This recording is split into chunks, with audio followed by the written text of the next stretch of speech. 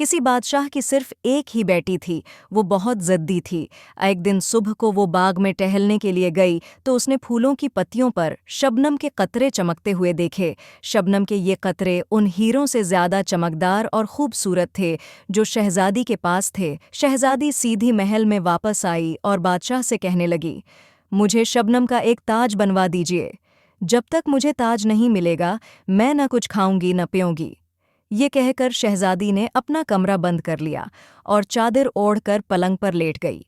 बादशाह जानता था कि शबनम के कतरों से ताज नहीं बनाया जा सकता।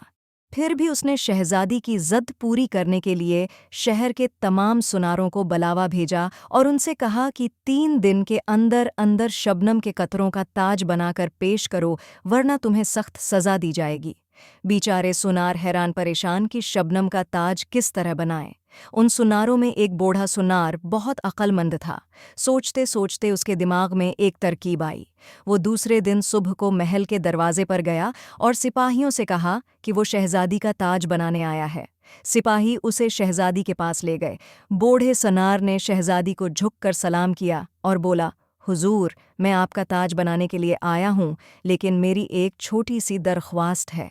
कहो, क्या कहना चाहते हो? शहजादी ने कहा। सुनार बोला, आप बाग में चलकर मुझे शबनम के वो कतरे दे दीजिए जिनका आप ताज बनवाना चाहती हैं। जो कतरे आप पसंद करके मुझे देंगी, मैं फ़ौरन उनका ताज बना दूंगा। शहजादी सुनार के साथ बाग में गई। फूलों और पत्तों पर शबनम के कतरे जगमगा रहे थे, लेकिन शहजादी ने जिस कतरे को भी छुआ वो उसकी अंगुलियों पर पानी की तरह बह गया।